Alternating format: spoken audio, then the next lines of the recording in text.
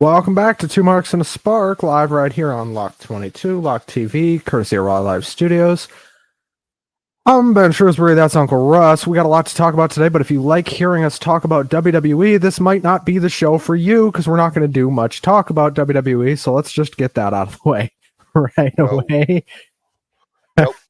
Because frankly, I don't think either of us want to talk about WWE. I just don't think either one of us want to talk about that. Is my mic coming through? Yes, you're good. Okay. All right. Having a little trouble on my end. Sorry.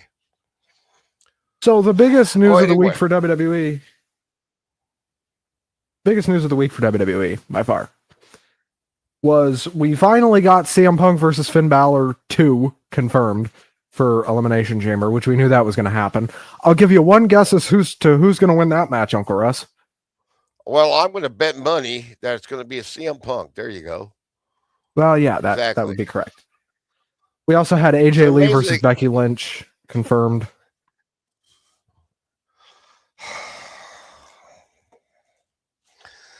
That promo that opened up Raw was, God, it was cringe bad awful.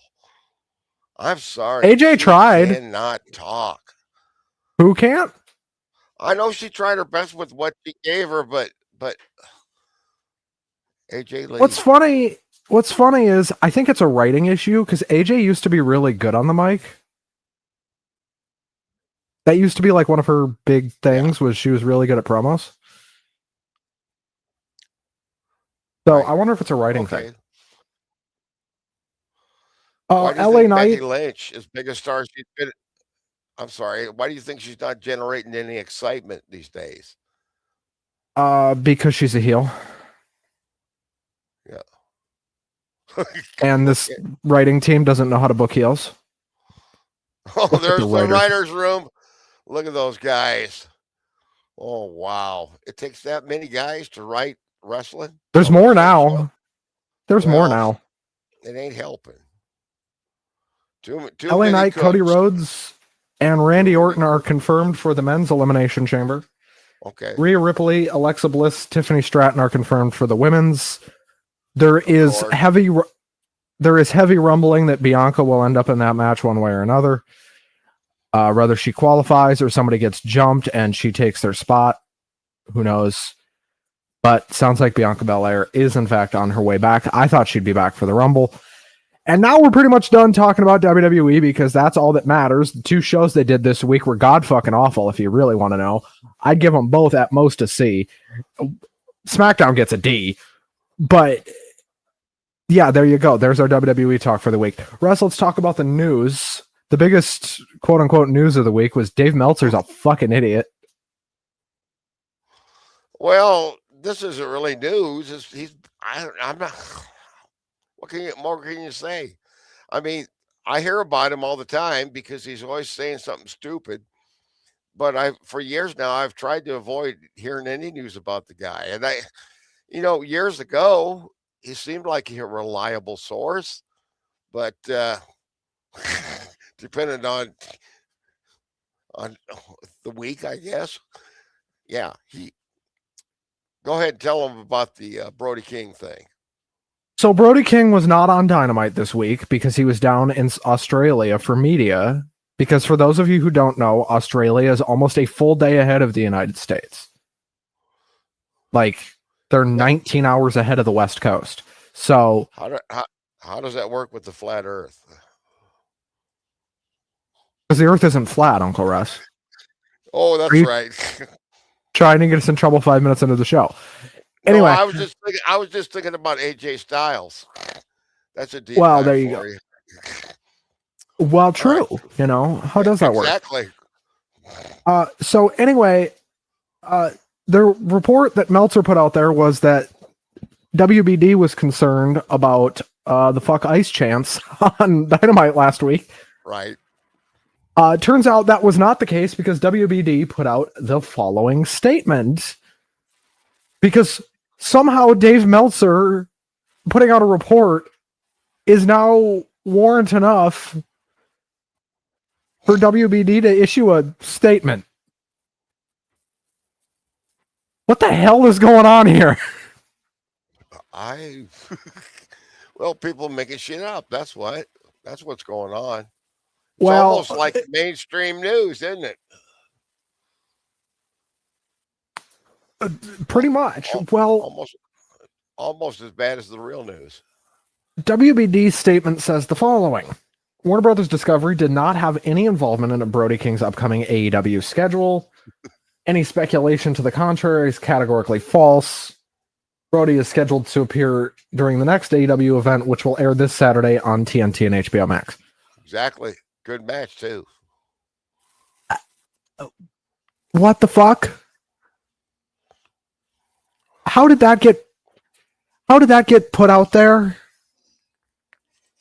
Andrew Zarian and Sean Ross Sapp very quickly put out things of their own on Twitter, basically saying, where the fuck is this coming from?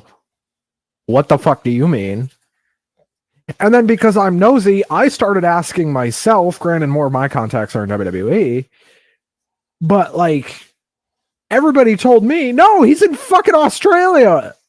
He was never going to be on the show. Yeah. Like, I don't even remember where Dynamite was on Wednesday. It doesn't matter. It wasn't in Australia. Correct. Yeah. Oh, boy. Well, speaking of Dynamite, let's talk about it. Yeah. Yeah.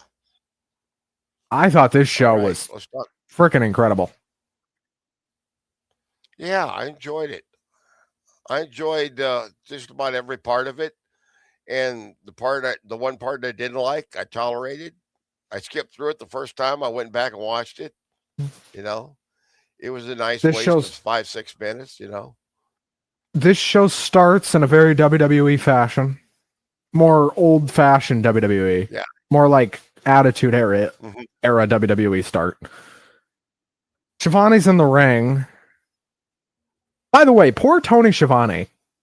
Because anytime shit goes south, Shivani gets blamed for it. Have you noticed that? Like on camera? Yes. Like everybody's just blaming fucking Tony Schiavone. Tony Schiavone is like older than Uncle Russ. Why are we blaming him for shit? Yeah. He might be a couple years younger, but he's about the same age. But he's got like 8 kids. He's got like 8 or 9 kids. I only got 6, so there you go. Hey, I know a little bit about self-control. Well, there you go. Anyway. Exactly. We figured out what was causing that, you know, eventually. Well, Shivani's in the ring, and he brings out Kenny, and this is for the face-to-face with Swerve. Yeah.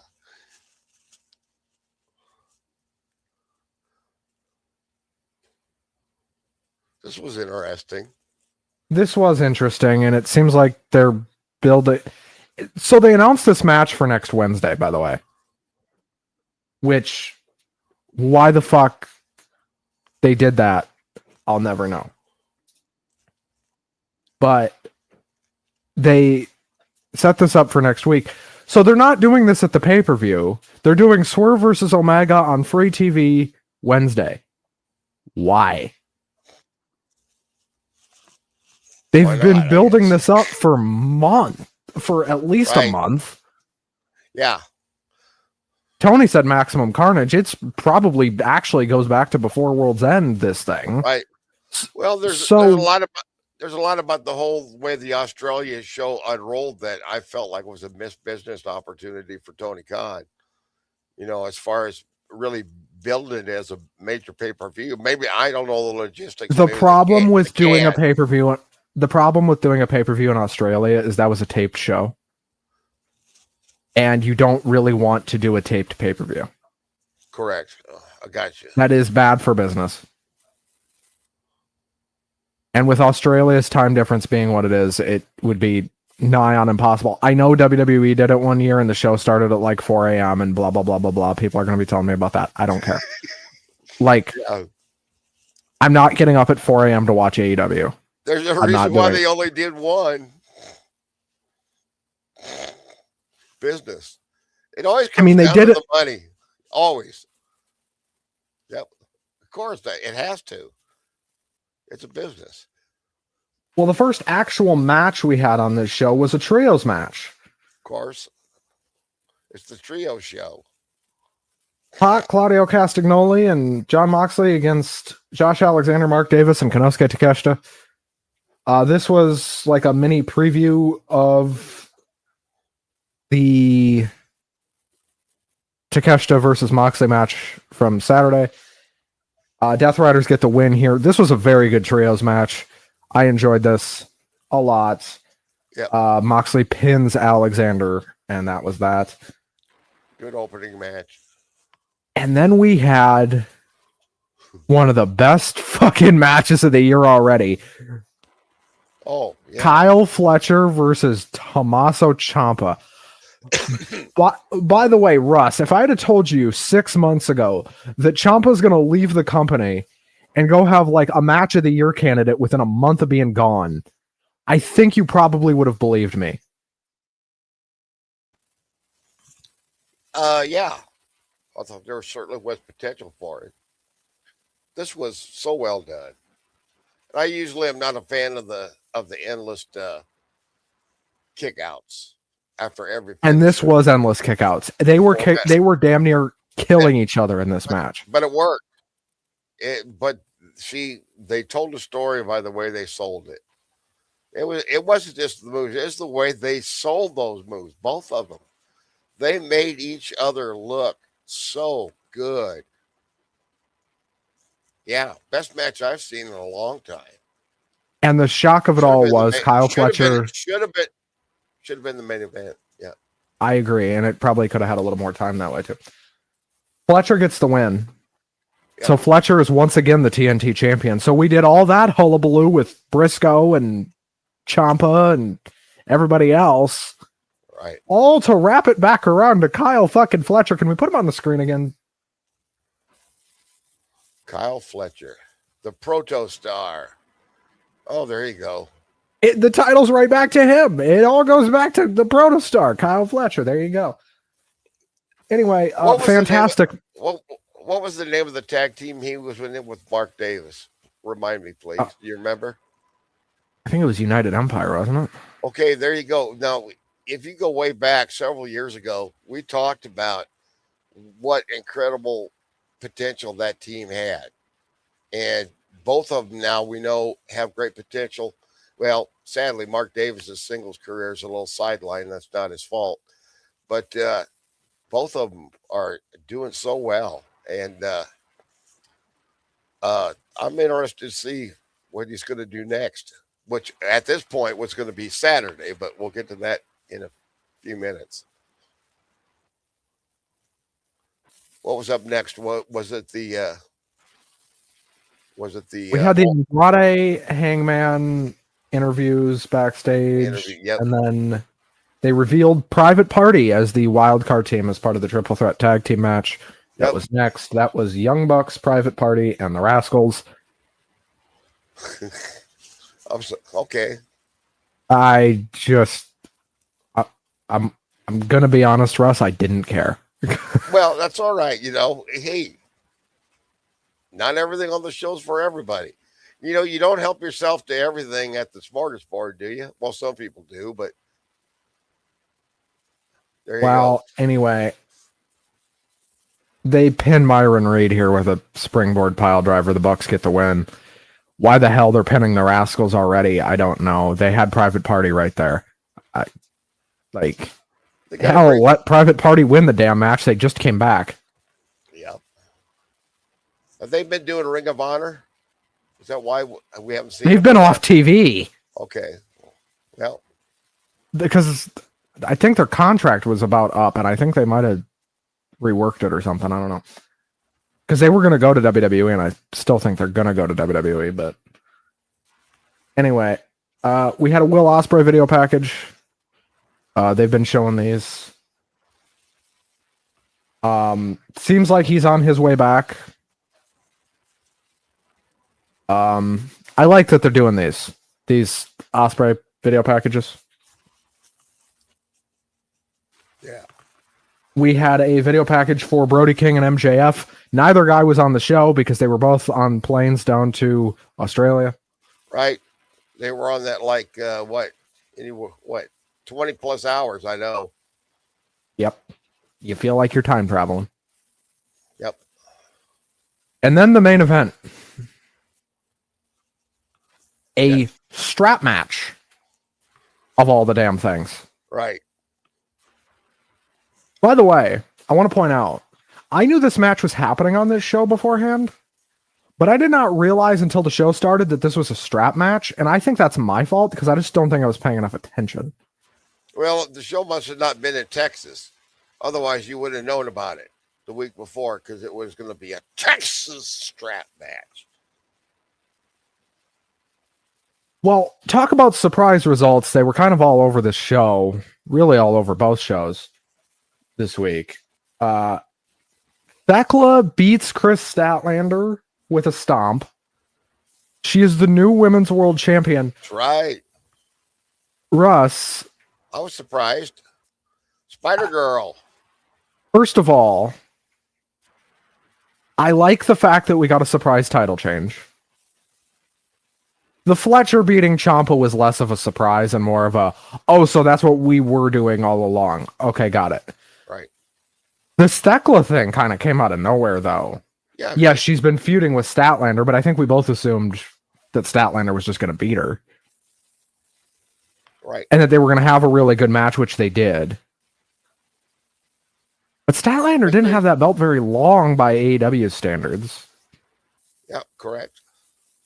But it could change just as quickly coming up, so.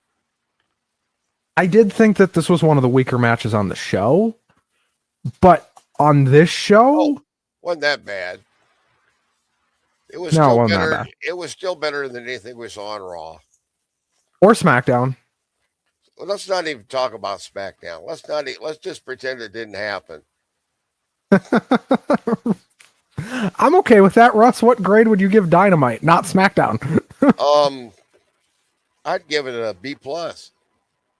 Can we? Are you starting to hate SmackDown now too? Well, they make it almost impossible not to. I'm sorry. See, I've hated SmackDown for months. I always try to give something the benefit of the doubt, You got to remember, I'm one of those guys that watched WCW up until Nitro, up until the very last show. You wouldn't believe some of the heinous shit I suffered through because of loyalty. I can't believe how bad SmackDown is. Yeah. There's been a couple of times in its history when it was the A show. But they didn't last very long as the A show. They lost the demographic that did it the first time, which was largely, among young urban African Americans. They were like, fuck Raw. SmackDown's the show to watch. And what happened with that, Well, we had the whole era where it was the SmackDown 6, right? Where it was all these future stars headlining this show. We had Edge and Ray and, all these younger guys. And Kurt Angle. Mm-hmm. And Cena was on SmackDown. You had all these guys. Eddie was there for a little while before Eddie passed away. Yeah. Oh, hi, Undertaker. Yeah, that dude, he's still around. Barely. He looks rough. Have you seen him lately? Anyway. Well, he's 100 years old. What do you expect? Oh. Let's talk about Grand Slam, Russ. Interesting show. I had forgotten it was taped, but I ought to know how to do math. Yeah. The sun moves around the world while the earth stays still. That's how you tell time. That's actually, Russ, it's the... Never mind. I'm just messing with you. Nope. I mean, I'm in a mood today. I'm not touching that one. I tell you what, I've been watching the damn real news for the last week, and I've had it with reality, man. Well, that's why we watch wrestling. There you Russ, go. are you gonna watch Raw live tonight, or are you gonna watch it back later? I'm going to watch it back later. Get less ads, and the ads you do get are in-house ads. This show, this T-shirt, this merch, this list of podcasts that I will never ever watch. They got like 6 or 7 a week, and I'm never going to watch a single one of them. But obviously, some people are, and that's cool. No hate. If I'm going to waste my time listening to a podcast, I'm going to listen to Story Time with Dutch Mantel. At least Dutch is funny. Well, he's like I said, he's an old guy. I remember when he first brought John Bradshaw. I saw him live when he brought John Bradshaw into Des Moines, and he was Uncle Zebekiah for the first run. And I'm like, that's Dutch Mantel. Nobody knew the hell I was talking about. Anyway, You were sitting there like a sidetracked. Crazy old man screaming they know Dutch He's Mantel. still got that like foot long mustache, He does. Yep. It's impressive. Anyway, we had to start AEW Grand Slam Australia. They were in Sydney this time instead of Melbourne. Right. It was Konosuke Takeshita versus Jon Moxley for the Continental Championship. This ends up going to a time limit draw, but dude, this was fucking awesome. This whole fucking match. Yeah, exactly. I've never seen all the way up to the draw. Match. I don't think Takeshita's ever had a bad match. Moxley, I won't say that about. I like Moxley, but he's had less bad matches since he changed companies. I'll give him that, But at least Couldn't you say that about everybody? Yeah, that's changed company. At least Jon Moxley isn't ran around like a germaphobe with a gas mask on, or people want to forget that shit. We then had Megabad versus the Babes of Wrath. Don't like the names, but they're good wrestlers, I think they're silly names. This was a good match. Yeah. This match was fine. We're not going to spend too much time on it. There's a lot of stuff going on this show. And then we had what to me was the pleasant surprise of the show, Andrade versus Hangman. I expected this match to be bad. It was not. No, it's pretty good. And Andrade's doing great, I mean, I've never been a huge Hangman Page fan, because I'm still like, I loved him back in Ring of Honor. I've never completely felt like I knew exactly who Hangman Adam Page is supposed to be, He's always been confusing to me. Remember when he was the drunk cowboy, but he wasn't the happy cowboy. He was the guy that got depressed and alone in the bar and passed out. What the hell was up with that? And then he's a real cowboy because he lived on a ranch, and he's like got butterflies embroidered on the seat of his jeans. And I'm like, real cowboy coming to the ring in his mom's jeans. And I mean, good grief. But he's a great wrestler. I've never believed in the gimmick ever. But this was a great match, and I'll credit Andrade for that as much as him. That's my rant about Hangman Adam Page. Don't get him. Well, don't hate him, but I sure don't get him. The finish for this was interesting. Callis tries to interfere. Hangman kind of shoos him off, basically, and hits the buckshot and earns a title shot at Revolution, which at that point you should have known which way the main event was going, but if you didn't, well, we'll tell you anyway. Right. We then had Marina Shafir and Wheeler Yuta against Toni Storm and Orange Cassidy. They've been doing more of these mixed tags. Yes, I think this was the best of them. Yep. They've been doing a lot of them. This was the hair match. Right, and Yuta got his head shaved. Yeah, not really shaved. He got it clipped. They didn't really bear down on him like they did with Molly Holly. Remember that? Oh, yeah. Oh, that was the most sexy, glorious, bald female head I'd ever seen in my life. Goodness gracious. Anyway. Like hotter than Toni Storm actually... Go ahead. Tony Storm pins Wheeler Yuta, which that's not supposed to be able to happen. I know. By the way, these are comedy matches. All of these, they've been having fun. I can tolerate them because of Tony Storm. Well, they were also in Australia where Tony Storm is from, so Tony gets the win here. Shaves Wheeler's head. And that was that. We then had Game 7 of Mark Briscoe versus Kyle Fletcher in a ladder match. Yes. And if ladder matches goes, it was pretty good. As ladder matches go, this one was pretty great. Fletcher retains. Ladder match is one of those things that I like to see every couple years. I would be okay if we got less ladder matches, just in general. Yep. They're still trying to top Razor and Shawn at WrestleMania 10. Yeah, which is still like one of the all-time great ladder matches. Yep. My favorite WrestleMania of all time. There you go. Yeah, he did get shaved. I forgot about that. He looks like a goofball. Right. Well, of course, he's supposed to. And he does it well. His hair was so greasy and grimy. He looked like he was part of Raven's flock back in the day when, he looked like Billy Kidman on heroin, It was great. By the way, total aside, TNA completely botched the Raven gimmick they were doing. Of course they did. Do you remember this? Because they had him have a stable and it had CM Punk in it. How the fuck do you fuck that up? Well, it was so bad that I had forgotten about it. Yeah. There was somebody else in there too. I think it was Amazing Red that was the other guy in there. Oh, yeah. Whatever happened to Amazing Red? Boy, he was red. I'll give him that. And he was amazing. He was a good wrestler. Yeah.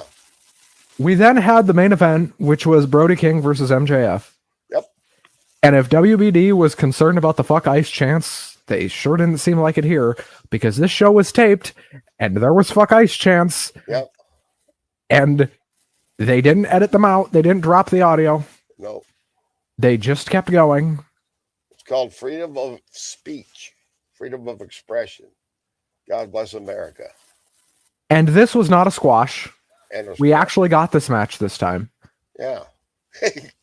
Pretty good, too. It ended how it was very good. I ended how I thought it would end.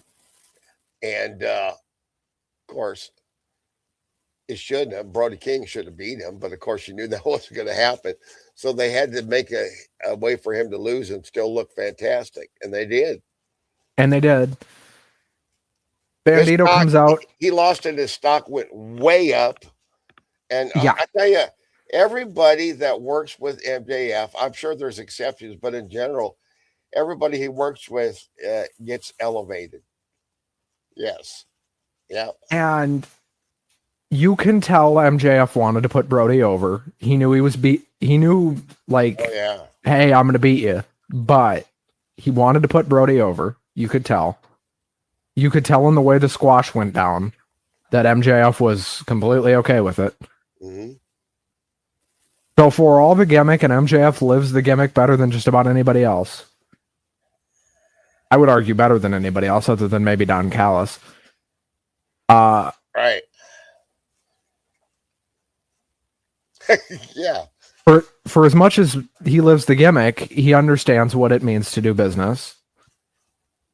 And he got squashed the first time. He wins this match. He gets his win back. And now they've set up a future match between these two because now the score is 1-1. Exactly. So if they want to come back to this and put the belt on Brody, they still can because the door is open. Right. Well, it's like they can build a story out just like they did we didn't even mention the aspect of the ladder match, the 7 of 7 matches, 3 in each for Briscoe and Fletcher. Yes. And yeah, I like those kind of storylines. The fans use Russ, your mic's gone. I accidentally muted myself. Well, technical difficulties. It happens. Yeah. There you go. Anyway, as you were saying, Yeah, great main event. Very well done. I would give this show a B. I would give it a. I'd give it a B, B plus, possibly. You know. Yeah. I think both AEW shows were very good this week. I thought Raw was a snooze, and I thought SmackDown was god fucking awful. I don't. I tell you, I want to. I want to forget that SmackDown never happened. You know, I'm tempted to possibly go into my DVR file and just permanently delete SmackDown, except for one thing, and you're going to laugh at this because you're going to think this is ridiculous. The only good thing about the show was when Lash Legend and Nia Jax came in. They had on like Valentine's Day outfits, all pink and red and white, over the top, gaudy and awful. And oh, it was beautiful. I loved it. You're gonna hate that. I'm starting to become a Nia Jax fan. I even like to listen to her on the mic. You know, if you want to, I know I'm older than you. If you want to credit that to possible dementia, feel free. I don't care. I don't know what to credit that to. And maybe the only move she's got worth a darn is the big Hulk Hogan boot. But Lash Legend always, to me, she looks great. And she's only 5'11", which I guess is super tall for a woman in the WNBA. She looks so much bigger than most of the other female wrestlers, but she's only the same height as me. That staging and that lighting really augments that. And like I said, their entrance was so ridiculously campy, over the top. Hell, it was like St. Valentine's Day went to a Hello Kitty party and vomited all over them. It was great. Well, Russ, I think it's fair to say that Dynamite was the best show of the week. There you go. That's. But she had on like a big freaking white veil, you know, and everything like that, you know. Calls herself the bougie bitch. I love that. The bougie bitch. I want some Russ, do you want to swap out SmackDown for Collision? I'm getting there. Well, let's see what they do with that tag team, you know. You need some big women in the tag team. They can do it. Maybe they can't do much, but they can do a little bit, and it's entertaining to me. There you go. You know, actually, Nia Jax has improved a lot as a wrestler. She hasn't injured anybody for about 2 years. I mean, listen to me. Shut up. She's getting better. She's sending less people to the hospital. That's like saying, oh, well, you know, that's like saying to the prisoner, well, you haven't beat the shit out of anybody in 6 months. I guess we'll let you go. That's right. Well, you know, yes, Your Honor, I did kill somebody in that fatal OWI incident, but, you know, it was only one, and then they were very, very, very old, you know, so. Unbelievable. No, I just think it's fun to disagree about something, because you think basically they're worthless, and I think they're not totally worthless. I don't think Lash is completely worthless. I think Nia is a lost cause. Well, maybe Lash Legend will end up being a better wrestler. That's possible. I don't know. She's not that old. No. Like I said, you know, she's 5'11". That doesn't even sound tall to me, but I guess for a woman, there's that. They got that going on, I guess. Use it on TV if it'll make you look good. Anyway, Russ, I do want to talk about one thing. Yes, sir. Why are they treating Liv Morgan like her Royal Rumble win was like not much of anything? Are you noticing that? Yeah, I don't know. Why does she seem to be so over with the fans, even as a heel, but yet basically she's caught up in the soap opera drama that never ends in the Judgment Day clubhouse, you know, with their pinball machines and the foosball tables, and you know. Do you want to know what I think they're going to do? What's that?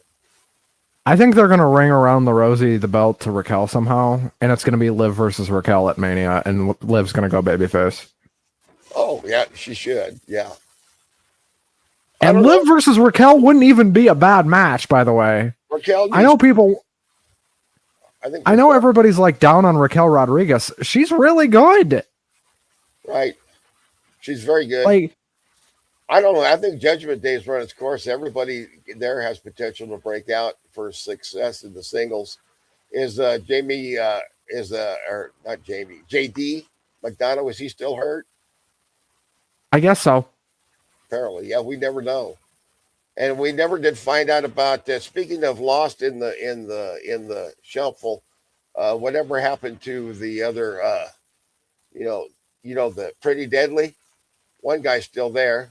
Whatever happened One of to them's hurt. Elton Prince? Is that the one that's He's hurt. okay? Another great tag team, wasted with a bad gimmick, and which reminds me, the Iconics, whatever they're called now, are I think confirmed to be coming to AEW. Yes, they are. Good. I tell you what, they were so underrated, underappreciated in WWE. They were god fucking awful. No. They weren't. I thought they were so damn annoying, and it just got on my nerves every time they talked. And then I realized, Yeah. oh yeah, they're doing that on purpose. That's quite funny. That's they're getting that response out of me, and I really got work. That's talent, And they're pretty. They one was way better than the other in the ring, and you know who I'm talking about. Yeah, Sean Spears' wife. Yes, sir. Another guy I missed, the chairman. He's in NXT. Russ, do you want to start watching NXT? That's right. Or there you go. The Iconics. What was her? This is Billy Piper, and this is No, it's Billy Kay and Cassie Lee, I think. Cassie Lee. Well, that's a real name. Cassie Lee, I think, is what they're going to call her in AEW too. Well, we'll see what happens with those two. From a Fredericks of Hollywood catalog or something. You don't even. I've read Fredericks of Hollywood. I bet you don't even know what the hell I'm talking about. My bet would be that they're going to be an undercard tag team in the AEW women's division. I wish them well. I don't think they were god awful. I love it when we disagree about something because we agree about too damn much. Makes the show agree. Interesting. Yep. Well, folks, that's going to about do it for us. We made pretty good time today, Uncle Russ, and not talking about two god-awful WWE shows saved us some time, I think. Well, Ross tonight, but like I said, I might not even watch it till tomorrow. You know when I'll watch Raw? At about 2 a.m. on Thursday. Because you want to get into a couple notes from the show, and you fast forward through. The only thing that could make Raw any worse is if Triple H started doing those 20-minute promos like he did back in the so-called Attitude Era. Or like he was doing when the Authority was around. Oh, man. There you go. That's a fairly modern one. Listen, I've got absolute power. Yeah. The ones I Triple remember H are older. Triple H, yeah. That's right. And he's going to, bury you, probably. 10 minutes, yeah. I'm surprised he hasn't wrote himself as an on-screen authority figure again. Yeah, but the guy does know how to make money. I'll give him credit. He's a good businessman for the most part. I think he's smarter than TKO, but we could do a whole show about TKO. But dude, did you see that they knocked down WrestleMania ticket prices 25% because they're worried about the gate? Yeah, and still the highest ones with fees and taxes and all that shit is going to eat up the better part of $800 for a nosebleed seat.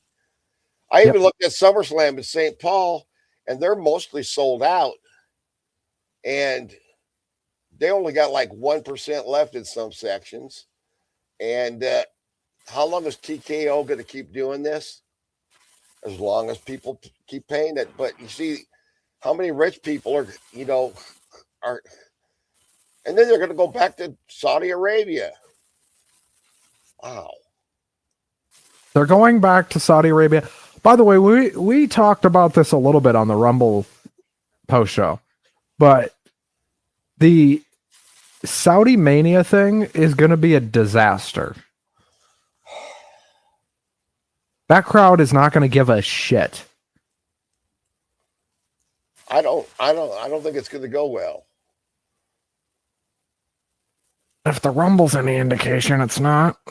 Well, Hey, but you know what, Russ? We're going to be finding out where the Royal Rumble next year is going to be here pretty soon, because they usually announce that around March. Correct. Let's place our bets. My bet's on either Florida or Vegas. I was thinking Las Vegas right away. That's the first thing I thought of. Las Vegas. Or, you know what? It could be in LA. That's possible too. Could be at the Intuit Dome. Right. Or it could be Viva Las Vegas. Yeah. I'm really worried that WrestleMania is just going to start alternating between Saudi and Vegas. Well, then I'll alternate between not watching it and not watching it. And there is a whole world of wrestling out there to be discovered and found if you love pro wrestling that has nothing to do with the WWE. And if I make that decision, it's because they pushed it, not me. I just cannot believe that they've pushed us this far. Like, I thought the Vince years were bad. Vince would never allow this to happen. Vince knew the ticket prices? Yeah, I mean, no. He says, "What are you crazy? We want families to come to this show." The Sphere in Vegas. You know, they could do that, but the problem with the Sphere is I don't know how the hell they'd get a ring in there. I don't know. The Sphere. Sounds like I heard about the damn Sphere. It sounds like a big overrated bunch of bullshit to me. But what do I know? I sound like a cranky old fart. Make it round. Damon, you know, a round ring would actually be a disaster. People would get hurt. I'm just telling you, people would get hurt. A lot of people would get hurt. They need to save that kind of technology for, like, Pink Floyd laser shows and shit, so that, old hippies can take acid and go there and mellow out for a few hours. That's what that technology should be doing. By old hippies, do you mean you? No. Well, I was born a little bit too late in the baby boom era. When the hippies came along, I was still a kid, so I was just a hippie wannabe. I came of age in the 70s when all the ideals were gone and there was nothing left but hedonism and sex and degenerate. It was horrible. It was horrible. Show's off the rails. All right, folks, that's going to do it for us. If you're watching this live, thank you so much. If you are watching this after the fact, thank you. Like, comment, subscribe, do all that fun stuff. Thank you again to Raw Live Studios for this wonderful studio. We will see you guys probably Saturday, but could also be Sunday. Who knows? Till next time, folks.